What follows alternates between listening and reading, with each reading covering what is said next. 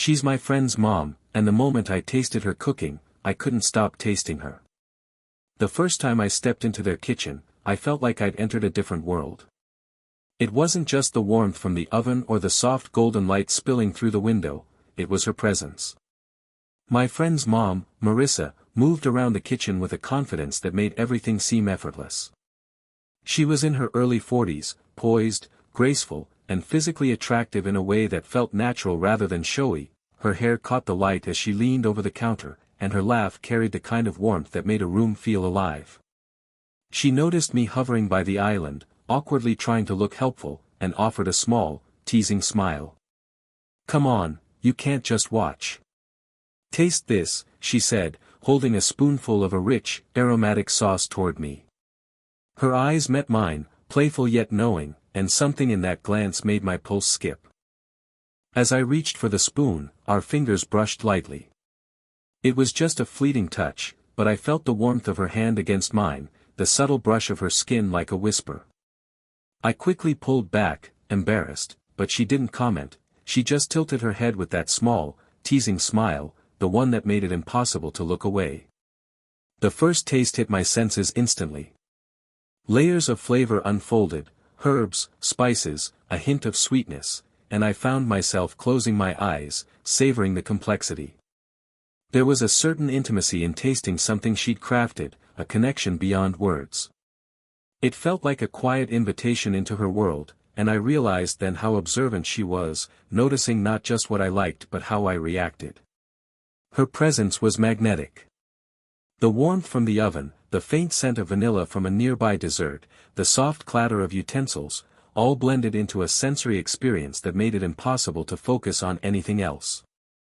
And yet, there was something in her demeanor, in the way she watched me take that first bite, that made the air between us feel charged, unspoken.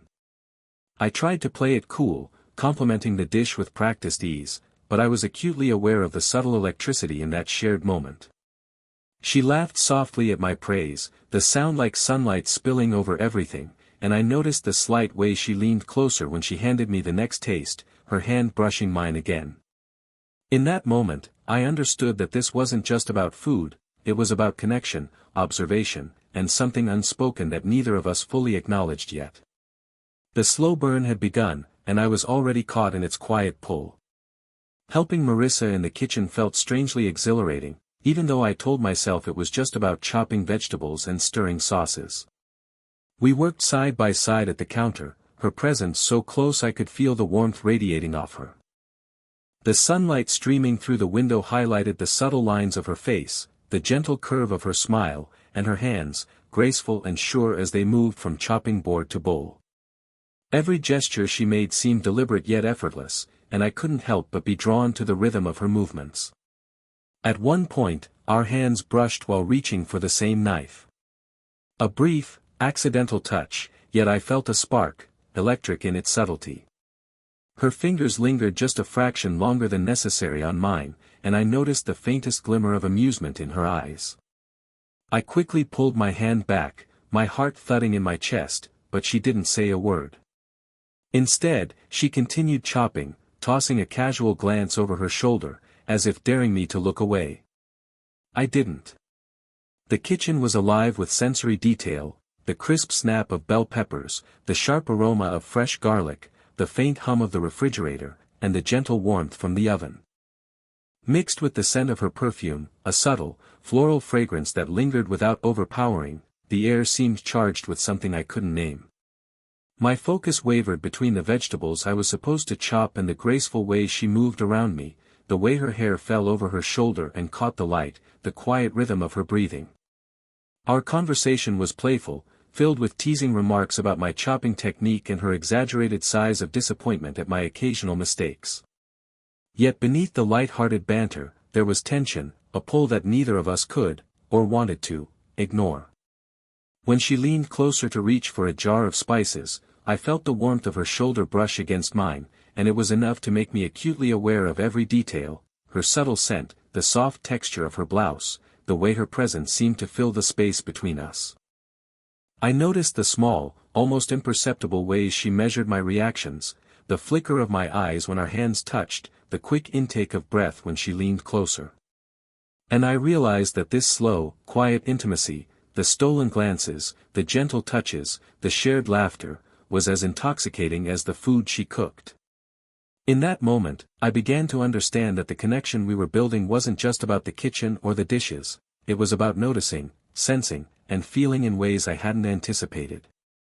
By the time we finished prepping the meal, I was left with a lingering awareness of her presence, a fluttering tension that promised something more, something unspoken yet undeniably alive between us. After the initial flurry of cooking and playful teasing, the kitchen settled into a quieter rhythm. The air was still warm from the oven, carrying the comforting sense of roasting herbs and the faint sweetness of simmering sauce. I found myself leaning against the counter, watching Marissa as she worked, fascinated not just by the food she crafted but by the woman herself. She moved with an effortless grace, yet there was a softness in her gestures that hinted at hidden layers, a quiet vulnerability beneath her confident exterior. We started talking while she stirred the sauce, our conversation shifting from the mechanics of cooking to the stories behind the dishes. She spoke about her childhood summers spent in her grandmother's kitchen, the smell of fresh bread, the thrill of creating something delicious from nothing. Her voice was warm and calm, each word carefully chosen, yet the emotion behind them made it feel intimate, like she was letting me into a part of her life she rarely shared. I listened, captivated not only by the stories but by the subtle expressions that accompanied them, the faint smile that tugged at her lips, the small crease at the corner of her eyes when she remembered something bittersweet. At one point, I noticed the way her hand rested lightly on the counter near mine, her fingers occasionally brushing against mine as she emphasized a point. Each touch was brief, almost accidental, yet it sent a shiver down my spine. I found myself opening up too, sharing small details about my own life, college experiences, personal fears, dreams I hadn't voiced to anyone else. There was a rhythm to our exchange, a delicate balance between listening and speaking, vulnerability and reassurance.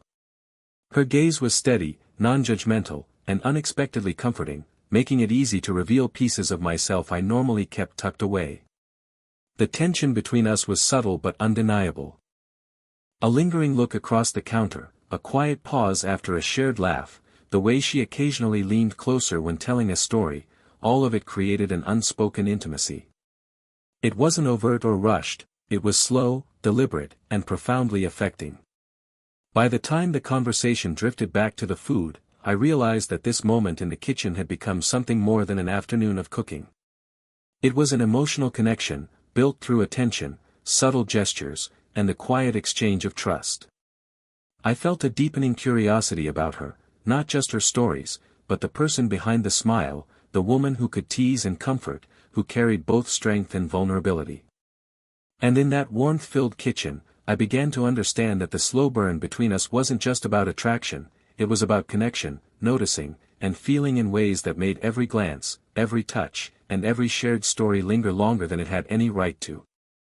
The kitchen had grown quiet in that comfortable way, the kind of stillness that made every small sound feel amplified, the gentle clatter of utensils, the soft hiss of the simmering sauce, even the faint rustle of her blouse as she leaned over the counter. I was focused on helping her plate a delicate dessert when she turned, holding a spoon delicately between her fingers. Her eyes met mine, sparkling with mischief, and she said, almost casually, "Taste this, then taste me." My heart leapt at the words, though I knew she didn't mean anything sexual, at least not explicitly. The teasing tone, the playful lift of her eyebrow, and the faint smile tugging at her lips made my pulse quicken. I froze for a moment, the spoon hovering just inches from my mouth, acutely aware of her presence. The air between us seemed to hum with a subtle energy, a silent acknowledgement of something unspoken. The dessert itself was a masterpiece, smooth, rich, layered with flavors that mingled perfectly, each bite revealing another subtle note. I took a careful taste, savoring the sweetness and texture, but my mind was only half on the dish. The other half was entirely on her, on the gentle way she had leaned toward me to offer the spoon, the soft warmth of her hand brushing mine, the faint scent of her perfume mingling with the aroma of chocolate and vanilla. She watched me closely, her gaze unwavering, and I realized how much power she wielded in these small gestures. A tilt of her head, a playful smirk, a brief touch, it was enough to leave me both flustered and completely captivated. The teasing wasn't just in the words, it was in the way she carried herself, confident yet intimate, aware of the tension she stirred without forcing it. I laughed nervously, trying to brush off the fluttering feeling in my chest, but she leaned slightly closer, her shoulder grazing mine ever so subtly. The warmth of her body, the closeness, even the simple brush of her hair against my arm, it all heightened the intensity of that brief, charged moment.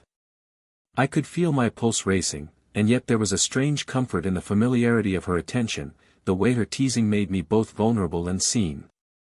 In that quiet kitchen, filled with the mingling scents of desserts and simmering sauces, I understood that this was more than a playful joke. It was a bridge between us, a subtle invitation into a world of connection, attention, and emotional intimacy. And as I handed back the spoon, meeting her gaze once more, I realized with a mixture of thrill and hesitation that this slow burn, this quiet tension, was just beginning.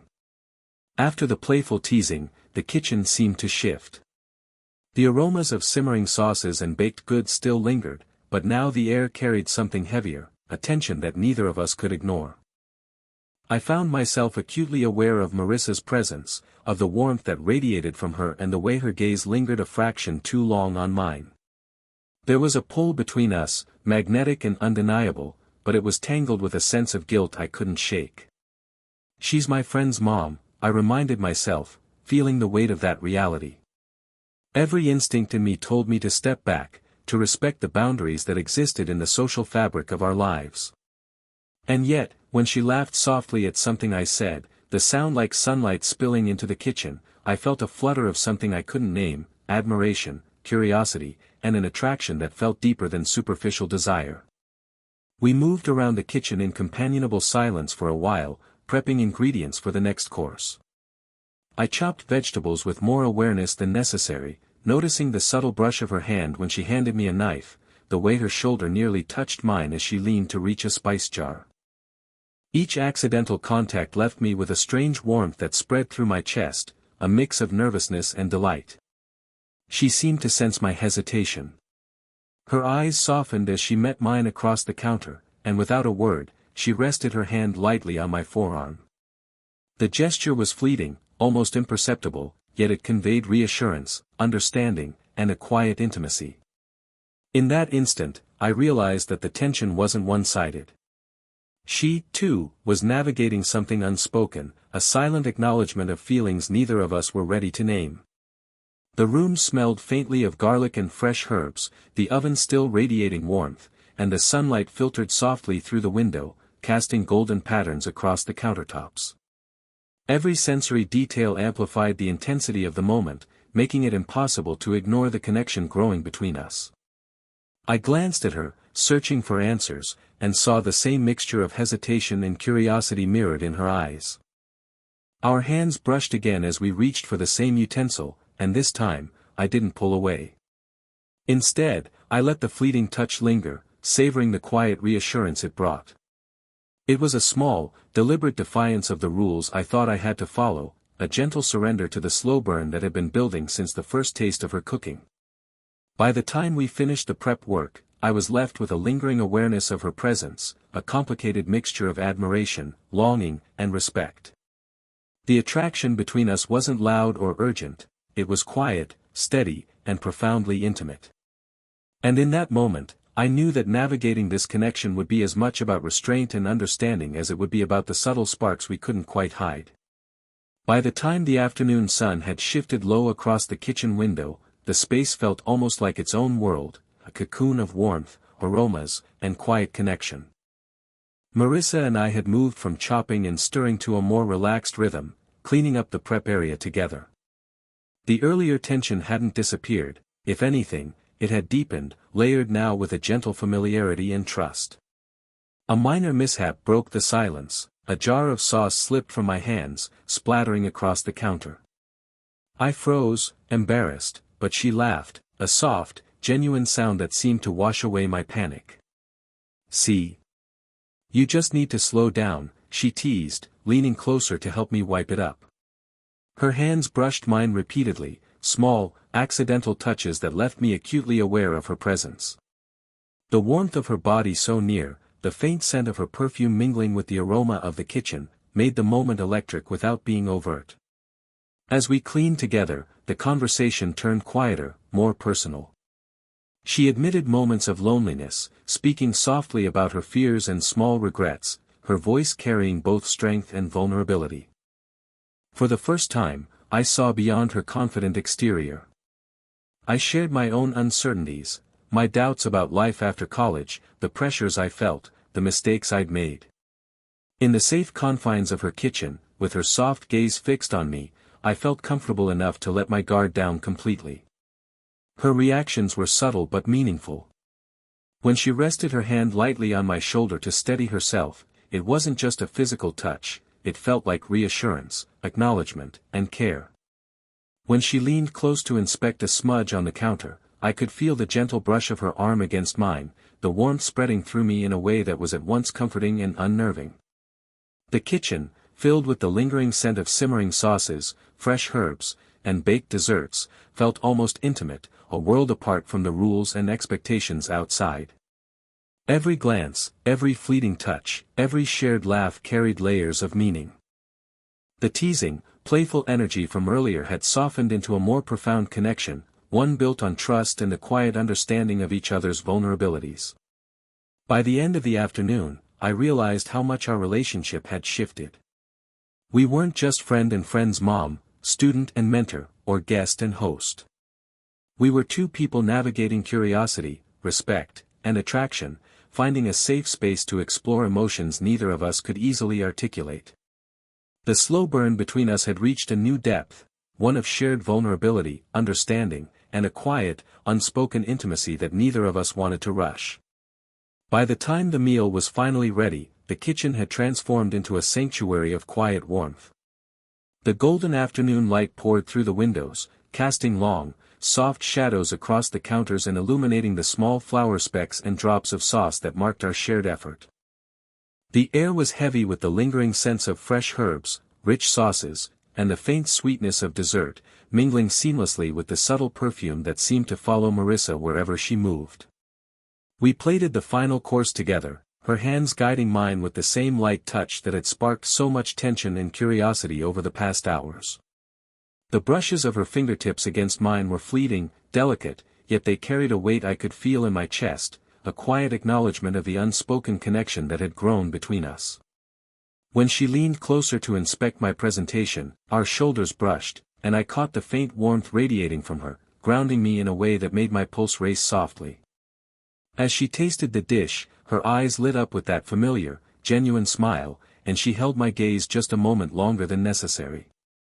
I could see it there, approval, appreciation, and perhaps a hint of the playful intimacy that had defined our afternoon.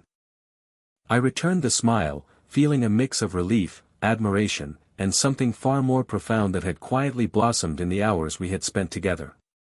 We sat together at the small kitchen table, the meal laid out before us, yet neither of us was in a rush to eat. Conversation flowed easily, punctuated by soft laughter and lingering glances. I felt a closeness I hadn't anticipated, a sense of being seen, understood, and quietly cherished. When our hands brushed as we reached for a dish, I didn't pull away. Instead, I allowed the brief touch to linger, savoring the comfort and reassurance it brought. Finally, as the sunlight began to fade, Marissa reached over and gave me a light, affectionate cheek kiss. It was subtle, respectful, yet filled with the warmth and connection that had been building all afternoon. My heart swelled with a mix of admiration, longing, and profound appreciation for the woman before me. The teasing, the laughter, the gentle touches, and the shared vulnerability had woven an intimacy that was tender, safe, and unforgettable.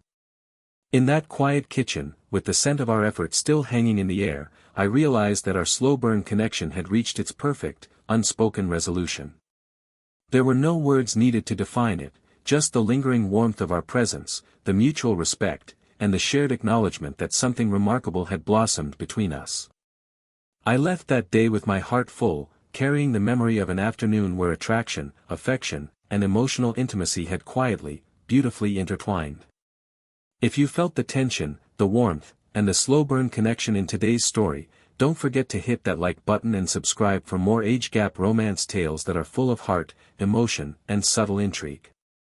Share your thoughts in the comments. Have you ever experienced a connection that felt impossible yet undeniable?